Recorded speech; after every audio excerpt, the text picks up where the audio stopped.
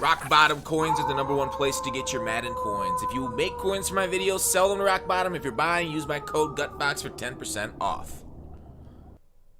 Hey, Gutbox here. Welcome to Market Monday. Steelers just won. We're excited. That's probably why this video is getting out a little later than usual, because I finished watching the game first. It was a good one. It was a clutch one. Beat the Colts. Kind of wanted to lose to get a better draft pick, but, can't complain with a win, right? And that's why you play the game. So, anyways, couple cards coming. Well, actually, quite a few cards coming in the next days. Trevor Lawrence is right here. Don't love his throw release. I think it's okay, but there it is for your offensive player of the week. Then we got a bunch of, stained glass windows there. And then we got more stuff right here. I think this is Tom Brady. You can kind of see the two in here. Darius Slay, people are saying. So it's weird that it's been mostly legends, but a lot of people are speculating on current day cards, unless they're, could be somebody retired. It is what it is. Big play Slay and the GOAT. But let's go ahead and look over to what to invest in, what to look forward to make coins. Now, they did release this schedule, which I think is a very big deal, right? Hopefully, you guys tuned into the stream, watched the videos from this weekend. We're able to make profit from sets. Now we got to make profit talking about like investing and training and that kind of thing. So sets are still pretty profitable. There are still some out there. There are still ways of getting pretty cheap training from sets. Like you do the sets and then you can quick sell the things and you sell them after the harvest is one of them. I'm not going to talk about sets though, because whenever I do it, people say I ruin it for them. And they're generally true. If I call out a set and methods and stuff, like that's why I focus a lot on loopholes and stuff. And that's why the den's very strong at finding loopholes. Not just me, but everybody combined. Our efforts create Captain Planet Loophole. So, anyways, what are we doing, right? What are we looking forward for? Let's talk about, I just got a list right here. Season 2, All-Madden, Blitz, the ending, and then, obviously raw hot sets. So Season 2, okay. It's on its ways to close. Word on the street is that Season 2 is not officially leading into Season 3. It's going to be like Season 2, Part 2, Electric Boogaloo. And it's actually, so we're not going to like the Matthew Berry stuff that we talked about investing in.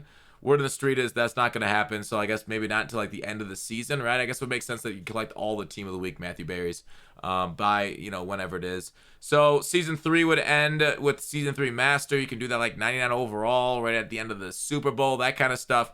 So we might have like a zero chill type of season going on there. Obviously comp pass and stuff, et cetera, and all that fun stuff.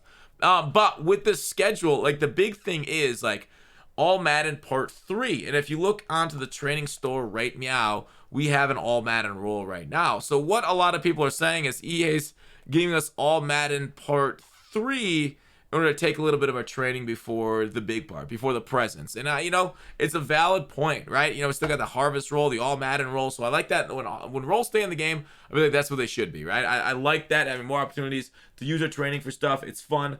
Who knows when the TVP comes back, but like there's a few different cyclones happening on the future, and we'll see if they all collide in one mega cell of like a TVP presence. But we do know All-Madden is coming out, so trading market should rise just a little bit. We won't really see a huge demand, I feel like, until presence. That's a ginormous demand around that time. But I think depending on I would assume we get more 94 overalls. And if you guys remember All-Madden, like a lot of these cards, All-Madden Part 2 are still some of the best cards at their positions, just flat out, right? They're still going for well above training value, which means there's a significant amount of interest in getting those cards on people's teams, and that's why it's going above training value for cards that are coming out of sets. So Parsons, Donald, this kind of stuff. You might see a little bit of demand for these older cards as we get the All-Madden 2 and 3 chemistries. People like to just do chemistries because it's fun.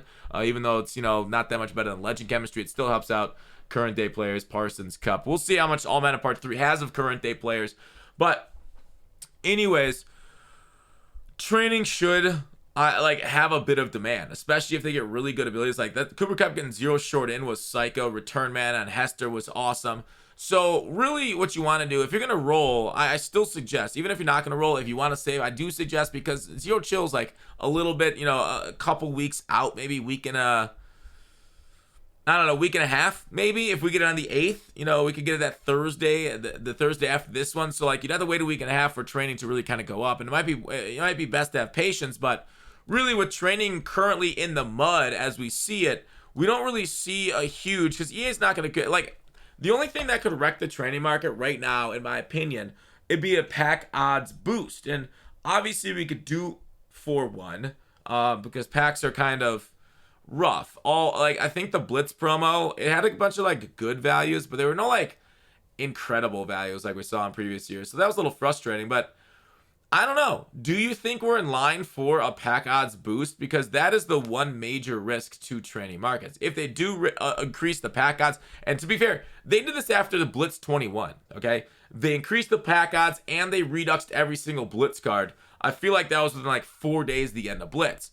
So, like, investing in Blitz cards, I personally would do it if they're at training already, okay? So, like, a lot of these cards, you can look at them. Like, CJ Ham at 35-1 is about where a 89 should go for. That's around 5 per. I would look to get it training at or around or even under 5. That is really kind of where you want to go. So, CJ Ham, especially like a fullback, not really like a very a big position. Getting at 34 is around 5. That's not a bad get. I've bought quite a few of those myself. Okay, 90 overall. You can look into guys. You know, I kind of like fast DBs. So like Stokes is a pretty good card there. So like there is a potential of these cards going up. I don't know how evil EA is going to be. I think Stokes 90 at 60K. That's 5 point something. You'd ideally see it around 50. 50 would be the best number, but 60 ain't bad. You can go ahead and snatch him at that if you do expect him to go up, because these cards are literally going away starting tonight, right? Like their packs are going out of the store. If you look at the Blitz players, 37 minutes left for these packs, okay? These cards right here, 37 minutes left, all right? So this video might be launching as they're already going away, but these things are going away in 11 hours, the Blitz ticket packs, those kind of things. But anyways, get them while the getting's here, or else gone forever. And also make sure and use your ticks and your bucks as much as possible, since I was converting straight to training at a 1-to-1 rate, which is a major L. You want to get rid of all those. Don't let them convert over normally if you can. Okay, so anyways, with that said, Blitz players, okay? You can go ahead and invest in them one last time. This is like your last shot, the last days of disco in front of our face. Let's talk about All-Madden 3 a little bit more. I think like the sets themselves are, and I really hope they get rid of those quick sells here soon. The sets themselves, I think EA would make like 90 overalls for new 94s and then do like similar sets. They could use old cards, right? They could use 88s and 89s and make more 89s. But generally EA likes to go with like, you know, if you get new cards, new undercards too, to make it harder to kind of like convert over. Seeing as it's a reroll, I'm not sure there's as much of a demand for doing stuff like that. Oh, I guess I should just make one. I got the requirements 11 out of 12 and just sell it. But anyways, they are right there. So we can expect a high demand and a high amount of people rolling All-Madden 2 on Thursday, especially with how crazy those cards are. So expect a lot of the All-Madden cards to go down. Expect some of these sets to be profitable with the rolls, because people just roll and list. Sets right now on these cards are potentially profitable even. I'm not going to talk about sets. I said that, sorry. But I don't know. I don't know what EA could put in that program. They might just do 90s. They might just bring the 88s and 89s and bring in new 89s and then just increase the amount of cards that go into the set. Like right now, like it would be really cool if EA, if they brought out 90s, because the ratio of 90 to 94s is 5-to-1. If they just put out 5 90s to go into 194, that would be really cool of EA. They're not going to do that. They've never been that cool, outside of rare instances in the past. But that would be kind of real cool if you did that, Economist. Anyways, that's what's on. That's what like the sets we expect is like. I do expect EA to kind of screw us, so I don't love investing unless again they're at training value. I don't love investing in old content for new content, because they showed us with like AKA and stuff how much they care about doing that and letting investors kind of take advantage of that kind of thing. But again, off of the investment is we also have that re-roll, right? And so like investing in those cards, which just will generally be rolled out of this set and then like made again just by doing the upgrade sets. I'm kind of out on All-Madden investing right now, but like, you know, that's what it is, right? That's you know, risk could be profit, risk could be L, but when you buy at training value, you generally can't L because it can't go any lower, or else you just quick sell it and you just have the training, you could roll into other things. So that's my thoughts around All-Madden.